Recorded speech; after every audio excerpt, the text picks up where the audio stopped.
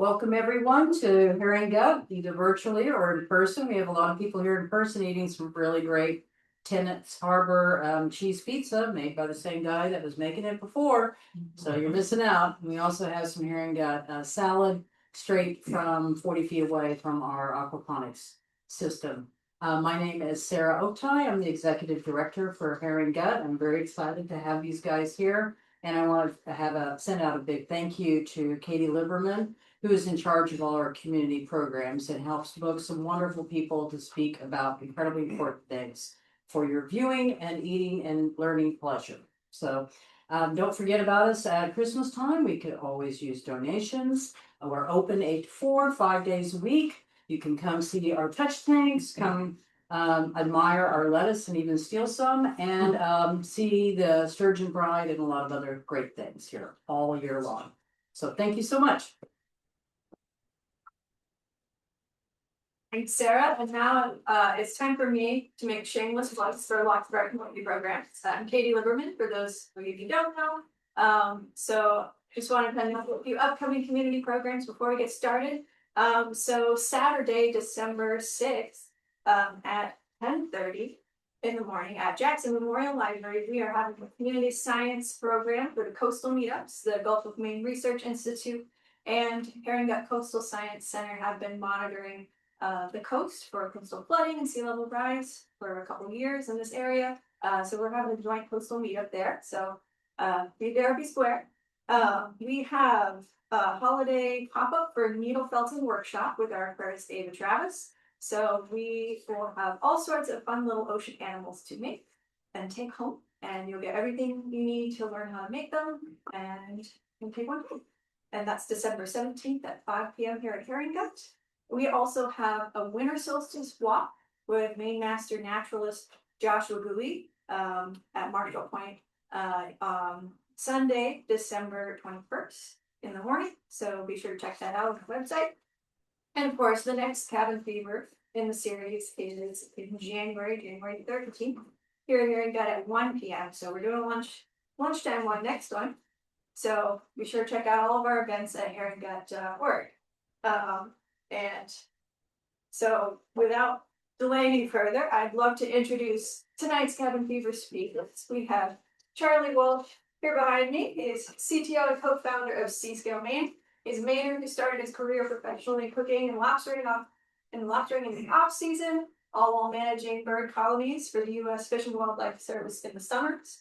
He's spent the last decade immersed in scaling aquaculture production and developing sustainable seafood products for retail and wholesale market.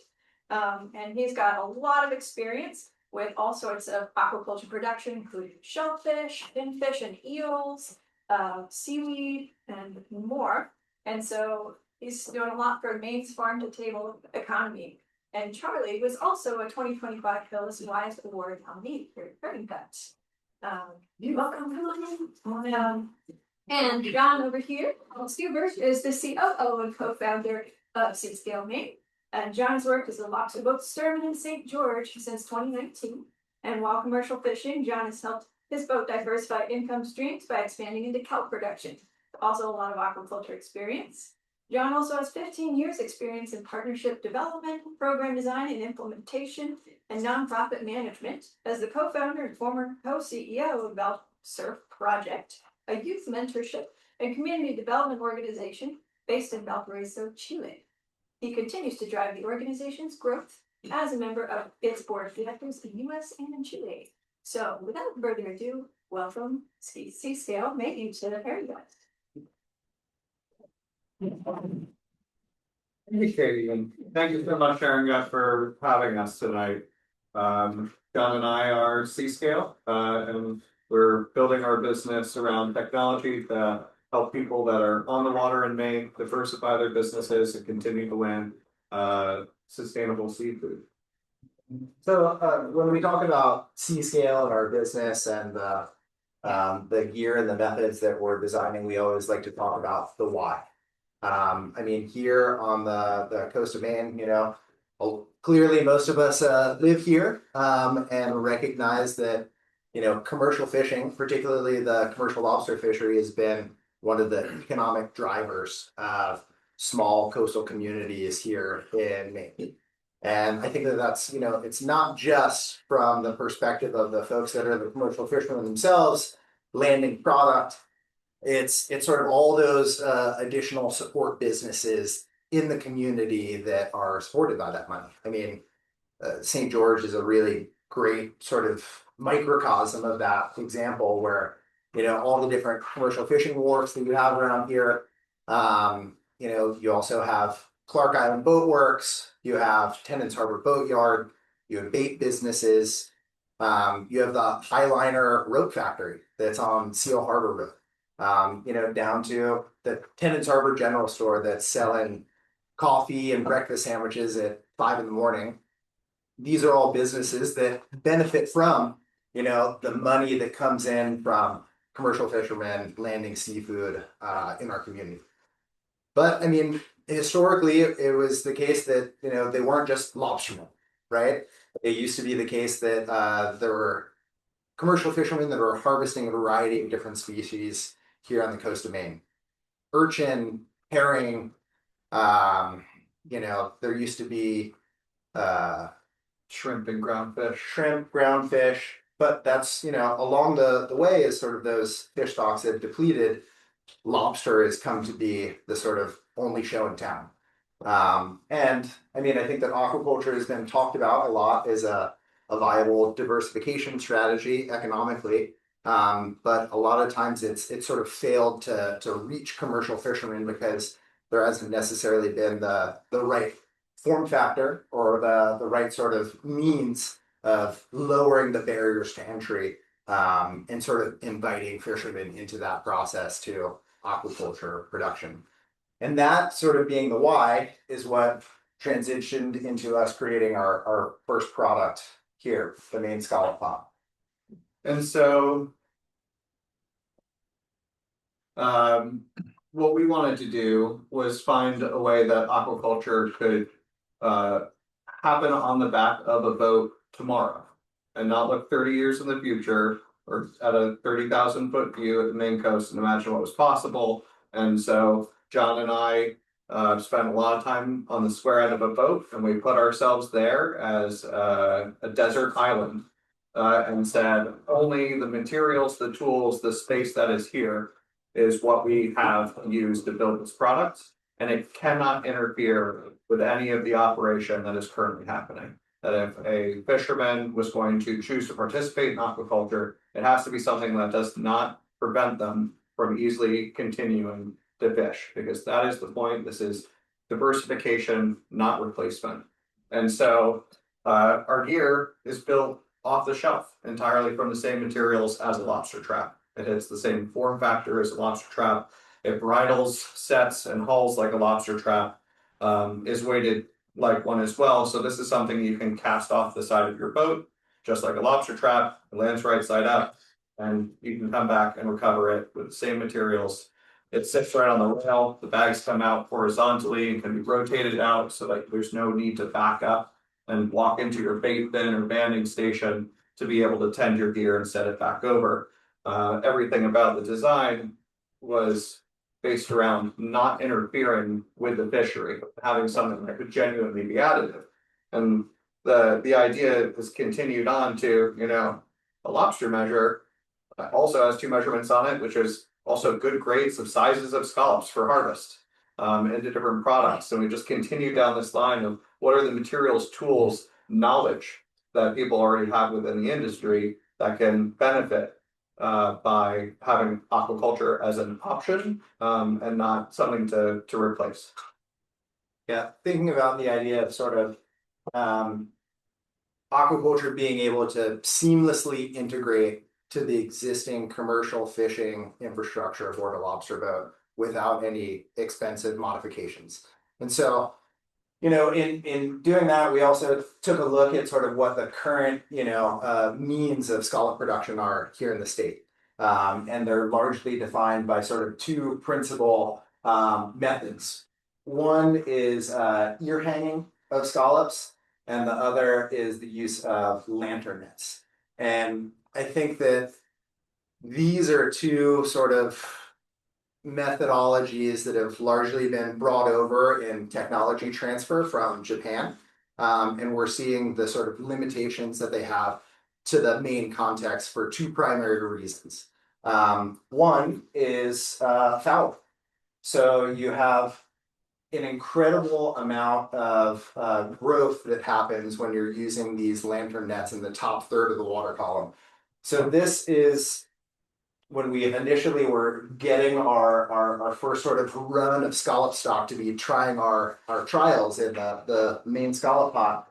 We purchased scallops from the Pemmican Oyster Company in the Damariscotta River. And so this is a lantern net, which is probably covered with 600 pounds of sea squirts that have been growing on it. And it necessitated the use of an A-frame on the back of the boat, which is typically what we use to dredge for oysters and or what folks would use to drag for scallops. And so huge piece of infrastructure that is required in order to deal with the sort of fouling that you're experiencing with a lantern net. And when you have that sort of fouling, it's not only the expensive infrastructure costs, but the amount of labor that goes into it as well. And Charlie, if you could back up for a second to the ear hanging example. The other sort of primary means of growing scallops in the state is through ear hanging, whereby you essentially drill a hole into the hinge of the scallop, run a plastic sort of pin through that. That gets placed into a rope that hangs vertically in the water column, and that's how your scallops are growing. And it's an incredibly efficient use of space, but it requires high capital expenditure when you're purchasing one of these specific machines that's used to drill a hole into the scallop shell and then run that filament through it. We're talking about $75,000 for a machine that's imported from Japan to be able to do that process. Also there are sort of net washing machines as well, also imported from Japan, but really those are the two sort of choke points that we're seeing through the development of the scallop aquaculture industry here in Maine, because there's either super high labor costs that are associated with dealing with lantern nets and the fouling that comes with them, or super high capital expenditures and startup costs, which have been prohibitive for fishermen to be able to get into the game.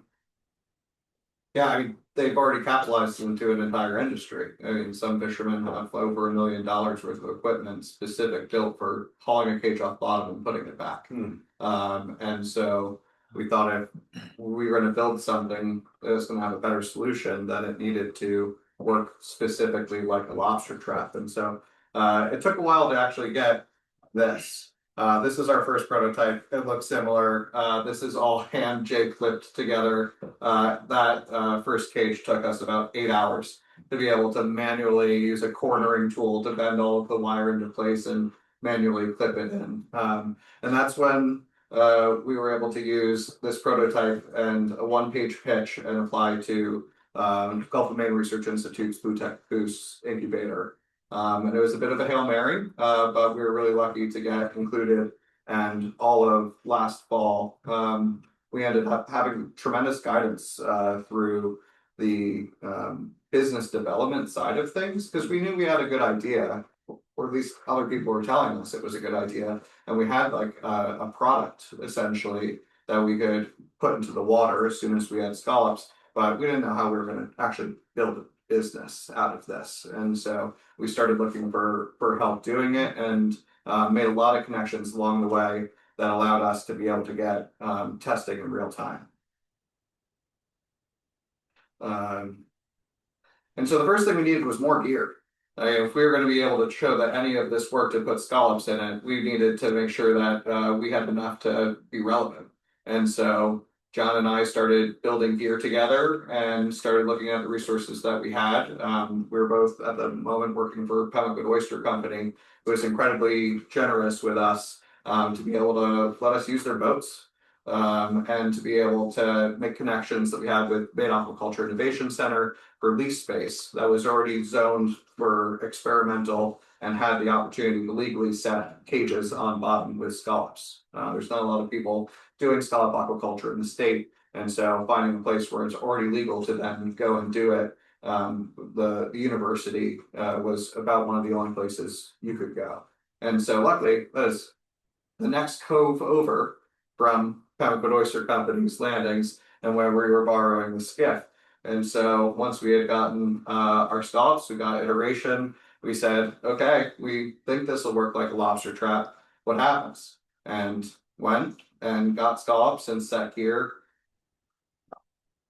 see if it would work.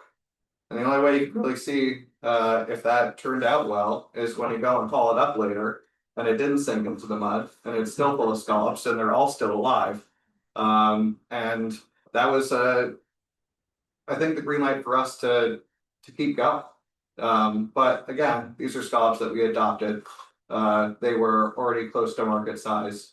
And so that's, part of the occasion. We proved that scallops could survive in our gear. What we needed to figure out and prove if we're going to sell any of this was that scallops could grow.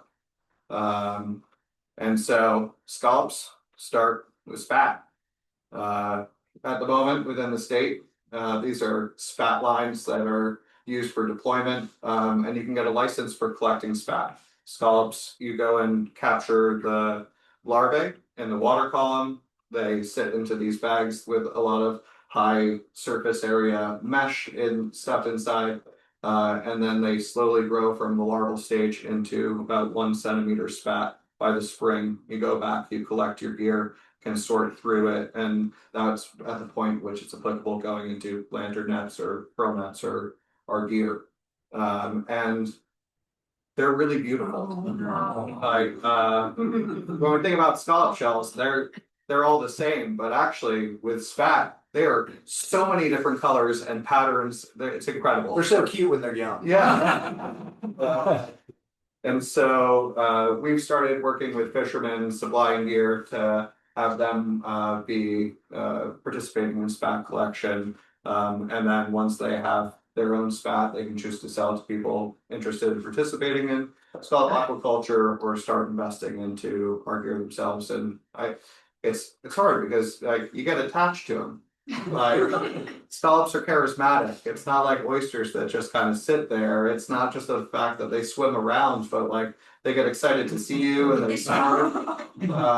And so now that we had bait, this is like fragile, small shellfish, and what we were proposing was to shove 1,000 of them in a cage, about 300 a bag, and just to throw them off the side of a boat and forget about them for 3 months at a time, and see whether or not after that much time we came back, would they be alive.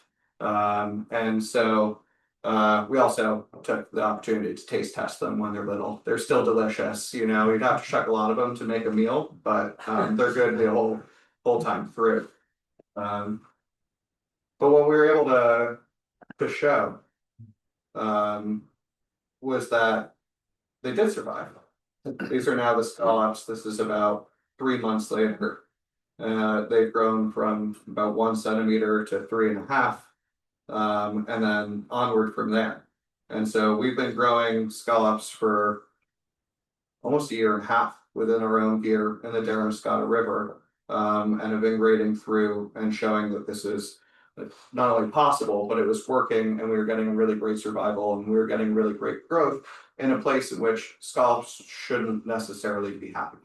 This is a relatively warm, shallow river. And if we really wanted to be able to prove what we were trying to do, which is, going for a deep water, cold water scenario where scallops would be really happy and where fishermen are already fishing, we needed cold water access. And so we were very happy to have this space, very happy to have all of the support from Smokey McKean and Carter Newell and Chris Davis of Pembroke Oyster Company, just legends of the aquaculture industry, and so insightful in some of the work we were doing in gear iteration and husbandry. But we needed another site. So, as Charlie was saying, the whole idea is to try and make this an accessible platform for fishermen to enter into the aquaculture space, lower those barriers to entry. Most aquaculture at this point in time, at least in the state of Maine, is happening, close to shore, or within the estuary. Damariscotta River, here in the St. George River, we're sort of in those areas where it's heading out into open ocean, not necessarily in open ocean. So we first debuted the company and the product at Maine Fishermen's Forum last February and March, and we lucked into meeting someone who came up to our booth and said, "Oh my God, I work at the University of New Hampshire.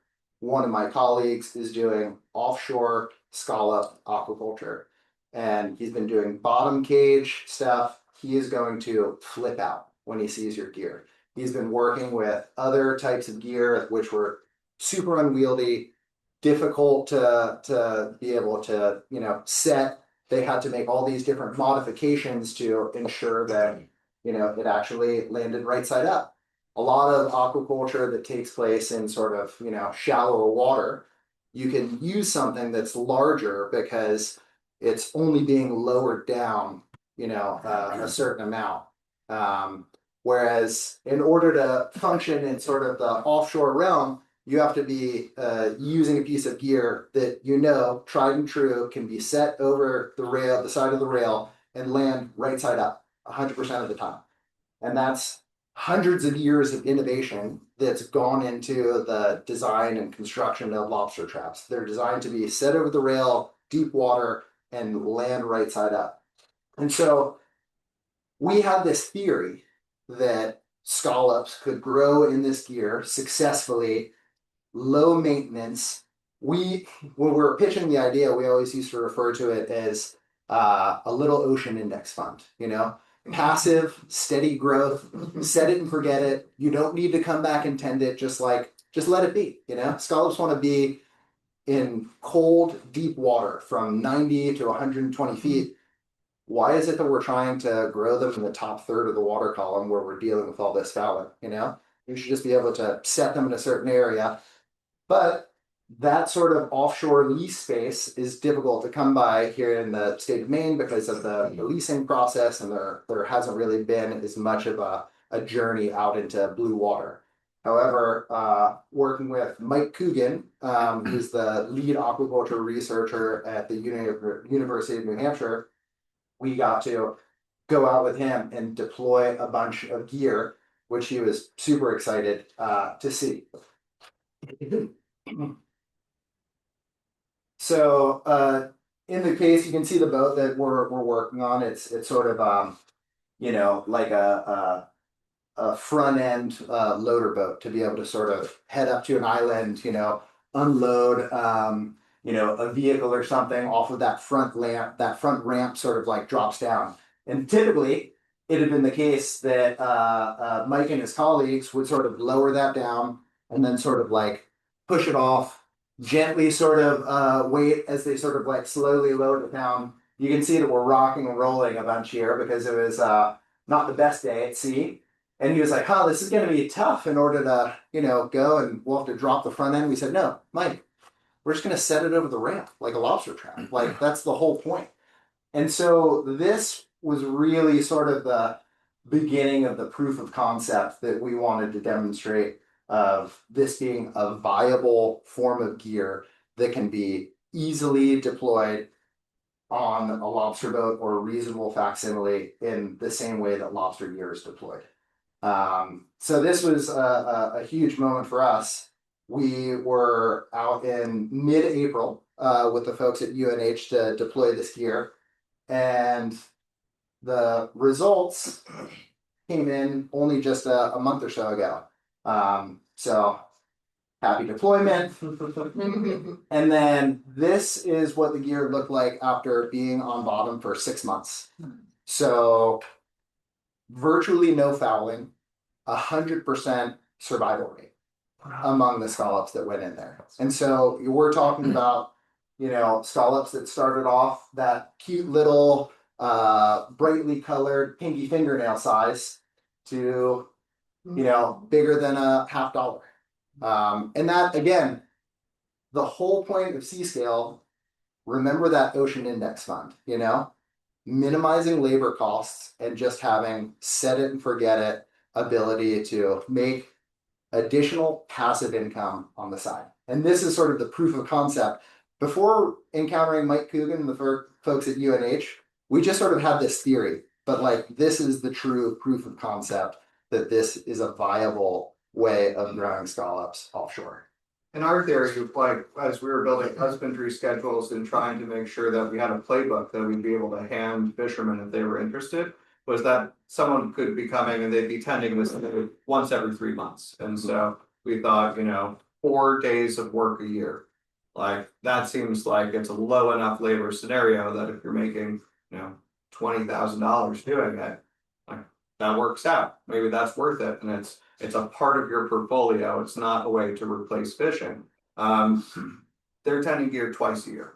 Like, so that was 6 months. They never touched it in between. And so the scallops that they're growing in our gear, it's 2 days of labor a year that they're putting in to grow scallops.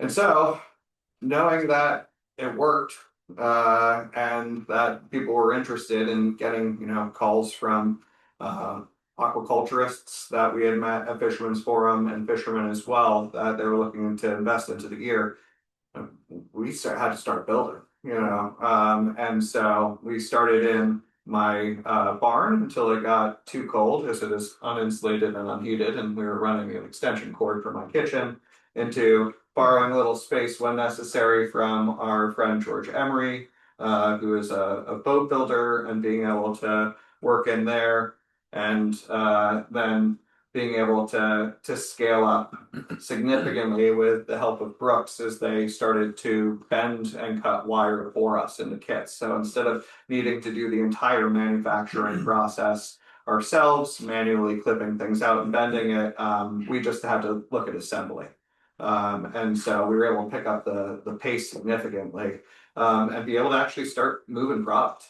And so we now have gear that is deployed with customers from New Hampshire through the Penobscot Bay Islands. And I think the part that's, exciting for us and difficult for us is like, we have our own scallops, but we're not trying to be farmers. We're not interested in being farmers. We get to interact with a whole swath of different customers that have different sites, different interests, different scales that they want to participate in. And then we get their feedback on how things are going and how we can be most helpful, and then iterate on gear with their feedback and then get them, gear with those improvements. And so it's just been this constant iteration with partners. And it's been really, really fun to be getting out on boats with a lot of different people in different parts of the state and New Hampshire. And they just know their bottom way better than we ever could. And so we do as much listening as we do kind of explaining about the gear itself.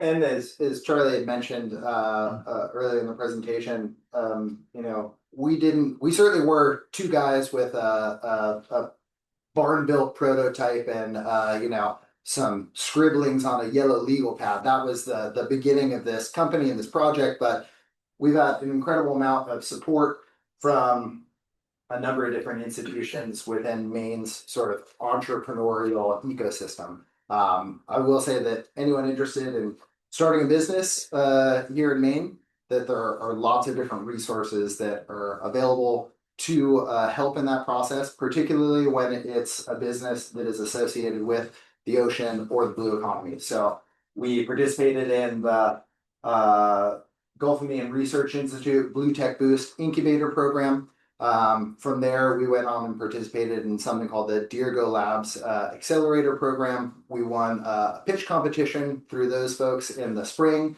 which provided some resources for us to continue iterating on our designs, building more gear, getting that out into the hands of aquaculturists and fishermen so that they could be testing it, providing us with feedback. We would be making those small tweaks Also Maine Technology Institute, Maine Aquaculture Innovation Center, Sea Grant, and Maine Fishermen's Forum. These are just a handful of the organizations that have helped us to get to where we are now at this point. So we've only been that barn built prototype and, bunch of scrawlings on a yellow legal pad was August of 2024. So math isn't my strong suit, but we're under 2 years. Now we're under 2 years. Well, And we've gotten to this point, through all of the different institutions.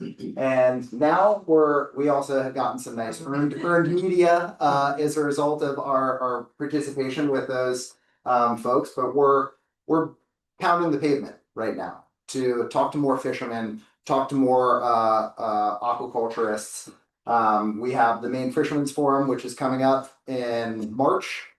That's going to be a real milestone moment for us to go and head back for a second year with the opportunity to talk to thousands of potential customers, be they fishermen or aquaculturists. We're also headed to the Northeast Aquaculture Conference and Exhibition, which is the NACE conference hosted in Portland, Maine this year. I think they toggle back and forth between Portland, Maine, and Rhode Island.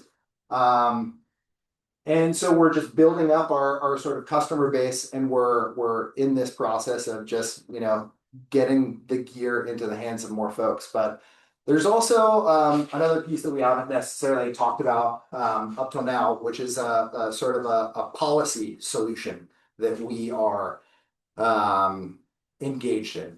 I think that it's not necessarily just the gear, which we feel is a barrier to entry in terms of getting fishermen to participate in aquaculture. It's also the lease system as well. So right now, I think it's become an incredibly bureaucratic process in order to go through the lease system. It can take upwards of 3 to 5 years to get a standard lease through Maine's Department of Marine Resources. And so our sort of purest vision for this year and how we would like to see it deployed is to have the same level of mobility as a lobster trap has. A lot of you folks know that lobster gear just moves around seasonally, right? During that first run of shedders that happens in early to mid-July, there's a lot of gear that's closer to shore. And as the lobsters begin to molt in other areas, that gear gets moved to other areas, heading further and further offshore, culminating in sort of the winter time. You're talking about gear that's 30 or so miles offshore. And we think that there's a real opportunity for this to be moved around, sort of the inverse of wherever lobster gear seasonally is absent. So, for example, here in the St. George River, sort of Port Clyde fishing grounds, there are lots of areas where there might only be gear for that first sort of 4 or 5 weeks when shedders first show up in the summertime, and then that gear gets moved elsewhere. But over the dead bodies of many fishermen, would you actually be able to get a lease site for aquaculture in that area? Because once a lease site is granted, it sort of it grants exclusive sort of use rights to that area. I think there's a lot of opportunity to be able to sort of work on policy innovation to figure out a way of lowering that barrier to entry for fishermen to get involved. And so that's a big lift as well for us in terms of our development as a company, that we're doing a lot of talking to fishermen, to aquaculturists, to regulators, folks at DMR, to policymakers, to state senators and state house reps, to talk about how they think that this could best be implemented and what some sort of tweaks to the regulatory system could really create a huge impact for the economic well-being of fishermen to take up aquaculture in this way. Shout out to Tech Business School. it's a great outreach opportunity for business students as well. And so for us, I mean, that's really what we've done so far.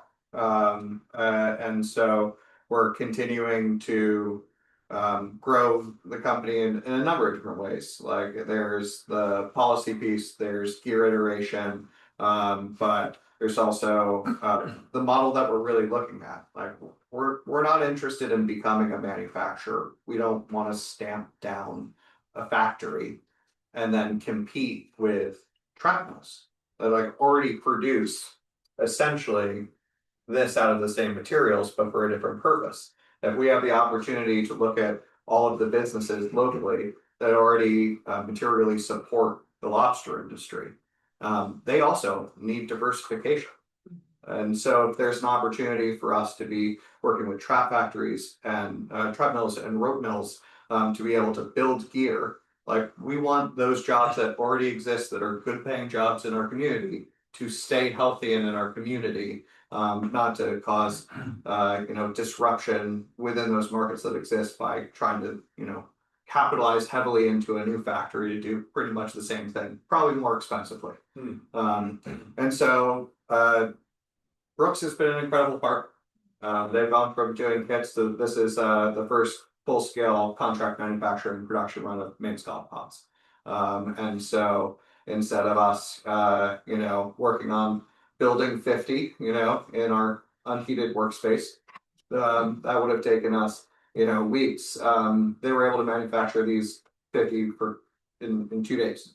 We were not expecting it to be that fast. I just paid them today for the entire production run, and they're beautiful. I mean, these are people that working within the mill that build lobster traps all day. And when we went to talk to them about the process and asked how it went, they said that was a really nice break. You don't have to tie headers into this.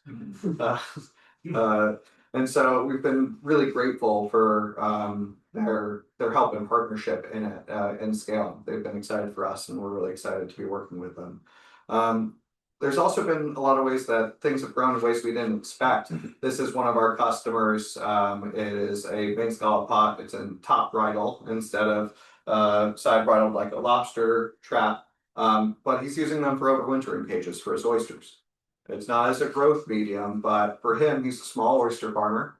He's able to stock the cages with market-ready oysters in the fall, set them out onto his lease, and now all winter, he can by himself, because of the ergonomics of the gear, go haul an individual cage, land 600 oysters to be able to sell. And now he's not a seasonal business. He's a year-round business, and he has sales year-round. And more than just money that's coming in those 3 months of the year that he didn't have before, he doesn't have to lose market. He can be in the same restaurant year-round instead of needing to call them up in the spring and kind of fight for that spot on the menu again.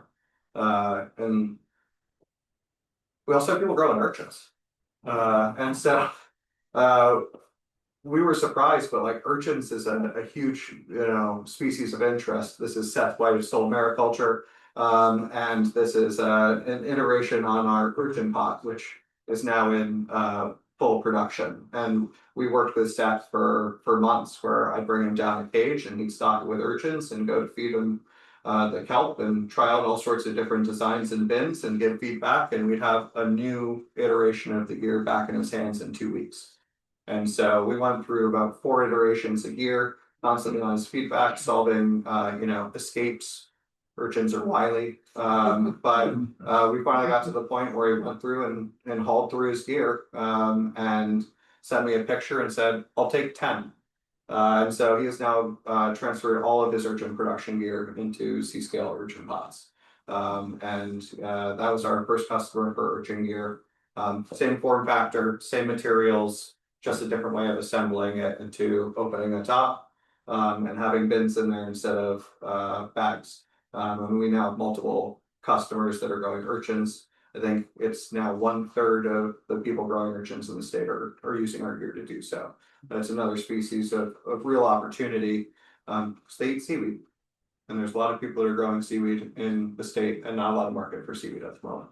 And so people are looking at vertically integrating their seaweed farms through urchin aquaculture, and we plan on being there. Into a much higher value product than what you can get for commodity pricing for kelp and for seaweed. If you could use, your existing kelp lease not to harvest it and then sell it for 60 cents a pound or 50 cents a pound, but if you can harvest it and then use it to bulk your urchins to ensure that they have a high row count, then you can sell those urchins then direct to restaurants or to consumers for $15 a piece.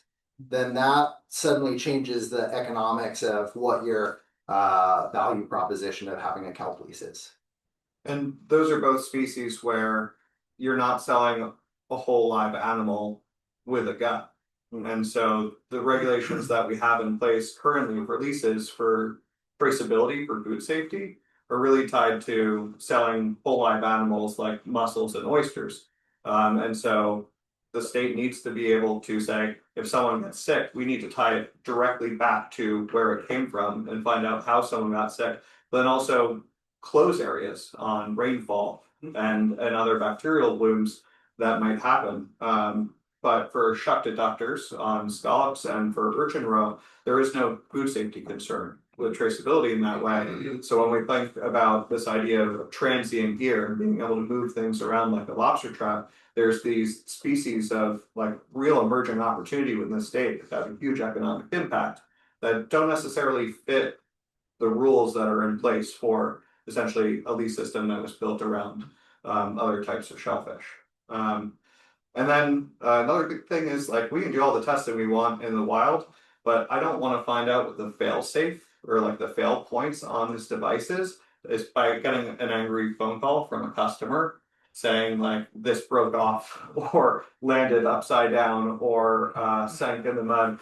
And so we've started collaborating with University of Maine. This is actually their wave pool that they use to simulate hurricane force winds and waves for was originally wind power tested and otherwise. And so we're looking forward to them essentially doing everything they can to make it so that our gear doesn't land right side up and find out what point that happens, what is the wave action, what is the wind, what needs to happen for current for this not to work exactly the way we need to, and then solve that problem.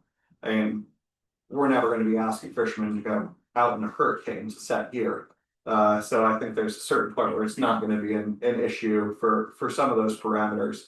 But there's so many opportunities and resources within the state to do this in a controlled environment where we don't need the first time that gear fails to be in the hands of the customer. And then just, yeah, a lot of continued outreach around policy. This is us down with the British consulate at GMRI discussing working waterfronts and the blue economy on a panel. But I think so much of our idea resonates with people, both on the water and in other aspects of Maine's blue economy, nonprofits, regulatory, and otherwise, because like everyone wants to see fishermen succeed if they can. And adding another tool into the tool belt and doing so in a way that's respectful to the business that they've built and is applicable to any size of a business and especially to rural communities, and having the opportunity for people to be able to continue to make a living on the water by doing exactly what they're doing and a little bit of something else. And to sort of bookend it with how that, how we opened talking about the why, and sort of how commercial lobster fishing has been one of the sort of economic drivers for the middle class throughout Maine. A large function of why that's the case is this, and what sort of separates Maine's commercial lobster fishery from other commercial fisheries in other states is that we still have an owner-operator model for Maine's lobster fishery, which means that the person who's the license holder is on the boat operating the business. They then generally keep that money locally within their community. It's not, a large corporation which has a fleet of vessels that, subcontracts or hires folks to go and sort of captain those boats and crew those boats. When you have, that owner operator model, there's a lot of opportunity to make sure that that money stays local. And that's one of the things why we've, really concentrated on the lobster fishery and why we're trying to seek the sort of changes that we are in the, sort of policy arena, to make sure that, it's still an economic driver for small towns like St. George on the coast of Maine. Because a lobster license is non-transferable. Like leases are, like they're real estate. You might be leasing it from the state, but like you have the opportunity to sell your lease alongside your business. And there's a real opportunity for consolidation within the aquaculture industry because of that.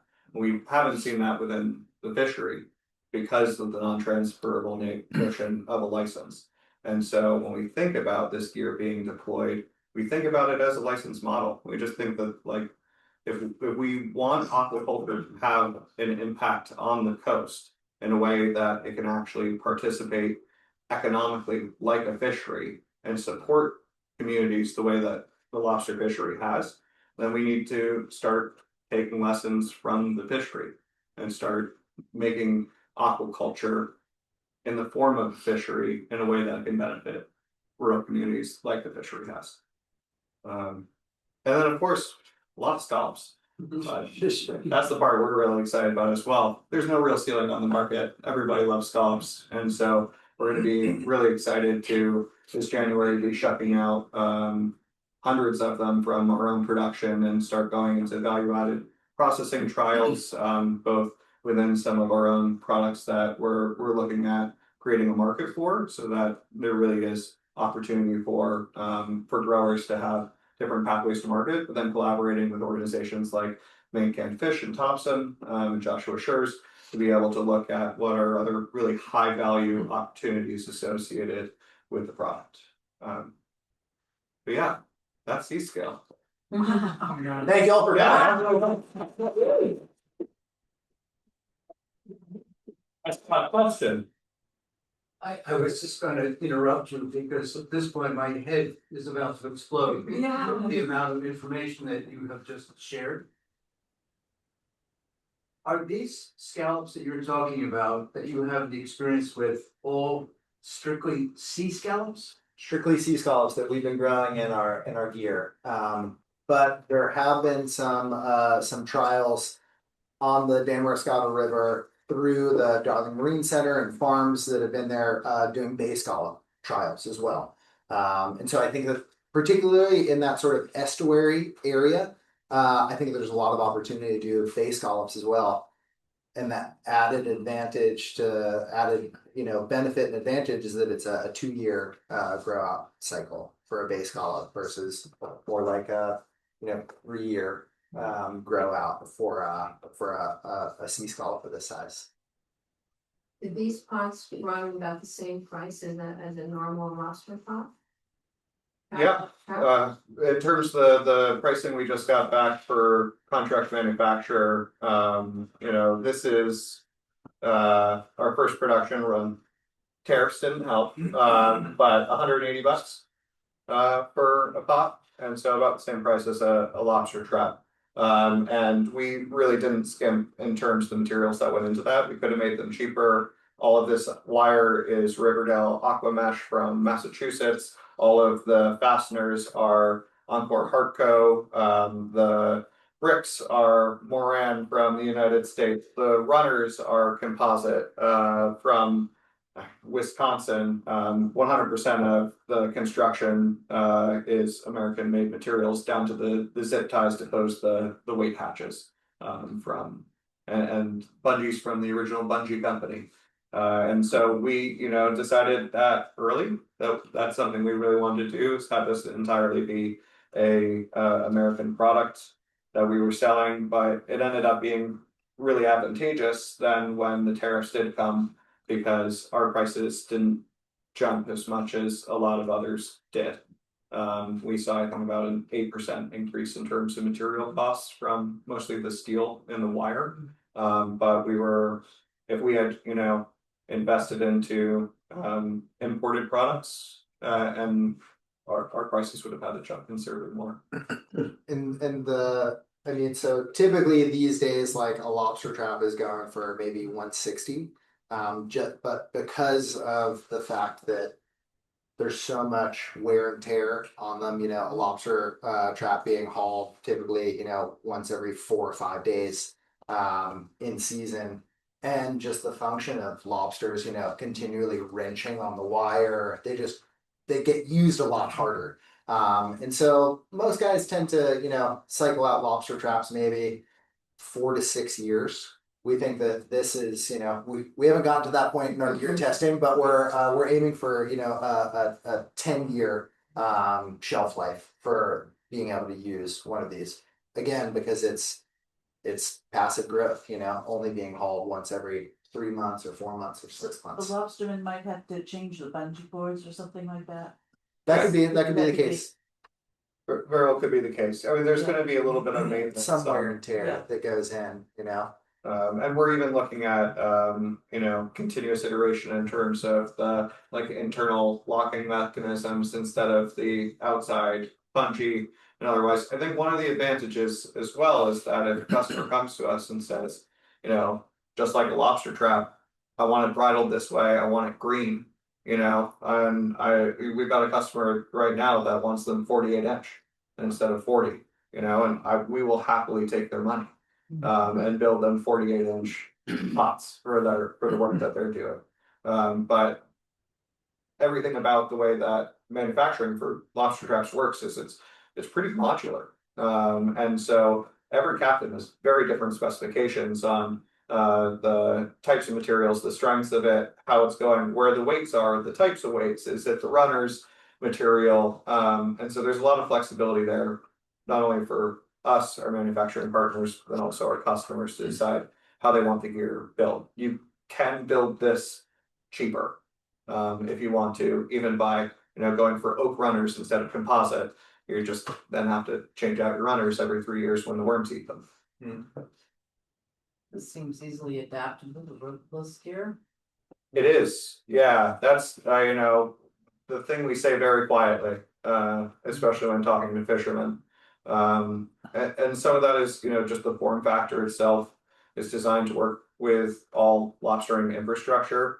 And so if someone wanted to deploy this as ropeless gear, as trawls, any solution that they have for ropeless gear would then be directly applicable for this as well. So it's going to weigh about the same, be the same size, that you wouldn't have to, reinvent whatever ropeless recovery system that you had for it. And speaking about, sort of form factor and shifting those to the wants or the needs of the customer, we also envision this as being, this looks like it does because our first sort of customer base is the Maine lobsterman, right? But we see no reason why there couldn't be the Chesapeake Bay oyster pot, which is designed to look very similar to blue crab pots that folks are using down there, to just make it easier for fishermen to sort of like ease into that process. Like a big reason why we designed it to look like it does is, there have been all these attempts to try and bring commercial fishermen over to the dark side of aquaculture, but instead we've brought the dark side of aquaculture to them in a form factor that sits easily on their wash rail and that, is super familiar. I mean, that was our main sort of talking point when we would engage with folks at Fisherman's Forum. They're like, oh yeah, I get it. You don't need to tell me how it works. So how long does it take to grow them? What sort of bottom do they want? And then we're off to the races. And so I think that there's a lot of opportunity to sort of morph the form factor of, shellfish growing devices so that they look friendly to, whatever the commercial fishery is in a different geographic area. That could be a Chesapeake Bay, that could be the Dungeness crab fishery in the Pacific Northwest, that could be, the Alaskan king crab fishery in Alaska. And it just, again, that same principle of this being a strategy for diversification, not replacement. Just if those folks have a bad trip going out, it can mean the difference between the boat coming back totally empty, or they just go and haul through their, their scallop gear or their oyster gear instead when they're heading back into port. So yeah. Oh, Just a question, I'm not a fisherman, but, and I'm sold on what you presented here, great pitch. You also mentioned 3 old friends and then the oyster guy. Forever, they're just. For the best, yeah. They are the best.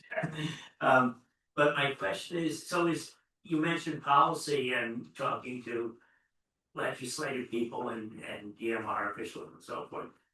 Where are you with that? Is that really the major hurdle to getting this out there so that lobster fishers could move around and place them where they want to? For being able to move them around and place them where they want to, yes. A fisherman right now could go and apply and get LPAs and, take a string of 20 of these as a trawl and set it as their LPA. We have customers that are using this gear in trawls and are using them on leases. So it exists. But at the moment, it has to happen on a lease. For where are we in that process? They haven't told us no.